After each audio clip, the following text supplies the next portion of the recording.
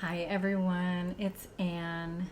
Happy Pisces season and happy new moon. Our moon is moving from Aquarius into Pisces, and this is a time where I feel that we are moving into a more global and universal awareness. And I say that because Pisces is the 12th and last sign of the zodiac, moving from Aquarius, the 11th sign.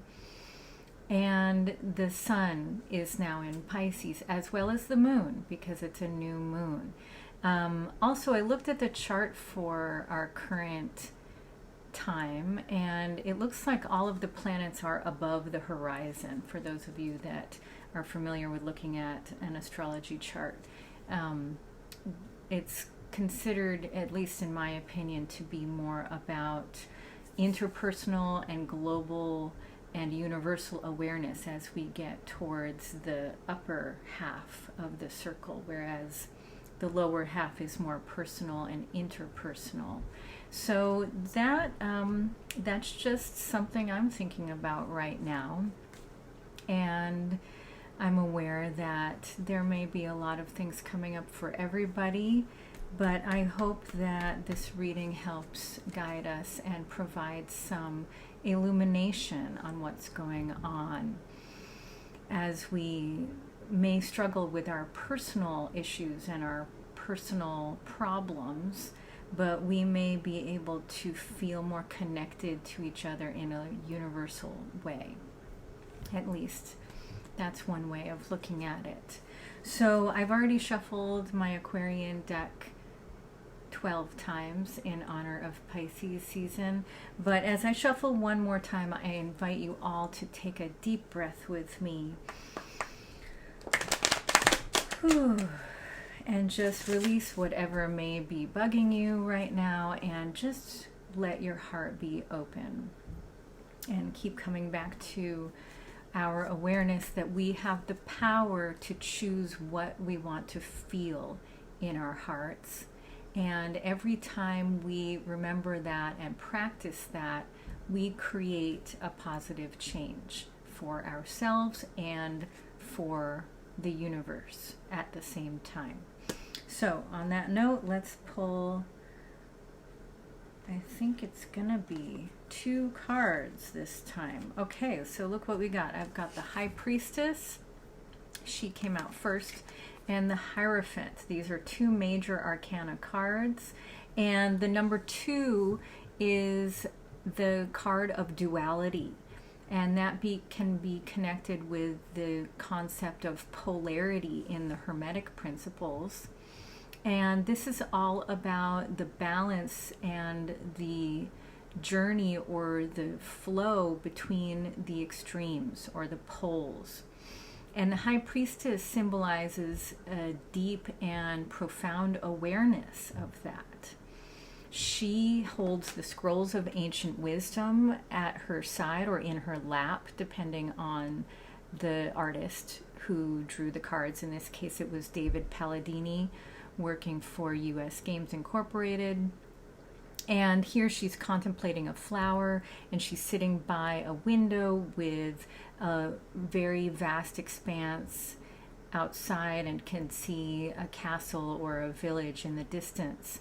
And there are pomegranates on her curtain behind her, symbolizing the Persephone myth of going underground for the winter. And she's got oak leaves on her shirt or her dress. So, and this, like many tarot cards and people in the tarot, are quite androgynous. This could be a male person, or it could be a transgender person. It could be any gender of person. That doesn't really matter. What matters is that she's embodying the awareness of the extremes between the poles. And she is a person of wisdom. She is someone who is able to understand.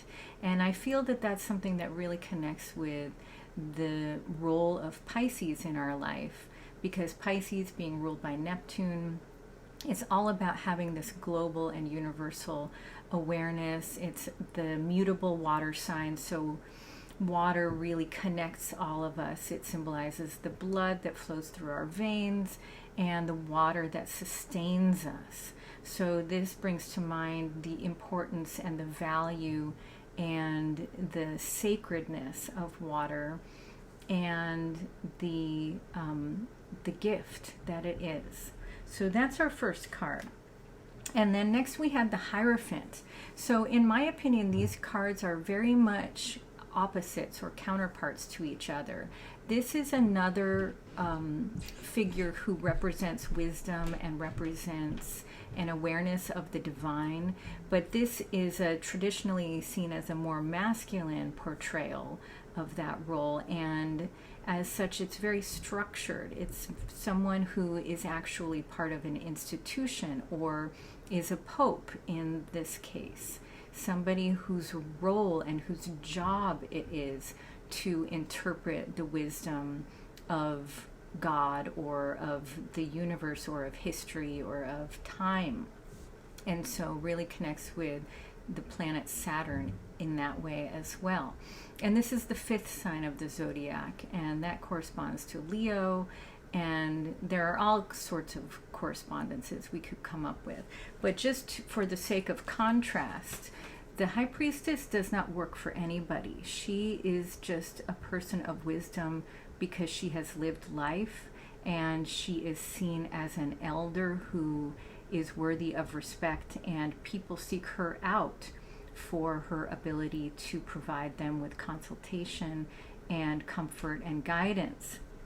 Whereas the Hierophant is a figurehead of a church or some other organization, and as such there presents itself the potential for corruption or for power going to a person's head. And of course that can happen with the High Priestess too, but this is more about the Hierophant, that is more about really recognizing that we have the power to stay connected to our true self through remaining open in our hearts.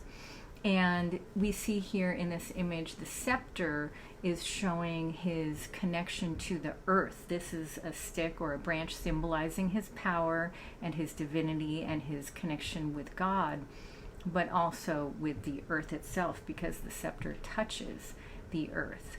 And then his hand is in a gesture connecting to the heavens. And unlike the devil, who splits his fingers like that, the Hierophant keeps them together, representing that he's keeping that energy intact and is making an effort to allow it to flow through him to the earth. And in such a way, he fulfills his role righteously or with good faith, in order to accurately interpret the word of God or goddess or the universal spirit to the masses and remain dignified and honorable in his role. So these are just some ideas of what's going on right now, and I welcome you to join me in recognizing ourselves in each of these cards, and recognizing that we have the power to interpret our own intuition however we choose. And I would add that remaining really connected with how we feel and how our body is doing is a great way to gauge how we're doing with that. Just remembering to honor and respect the physical bodies that we have in order to maintain the health of our vessels, which can be challenging, but I feel that it's worth saying that that can help us in connecting with our intuition. So I feel like that's all I need to say for now, and I hope that this has served you well. Please let me know in the comments how it works or how it resonates with you, and I look forward to seeing you next time for a full moon reading. Bye for now.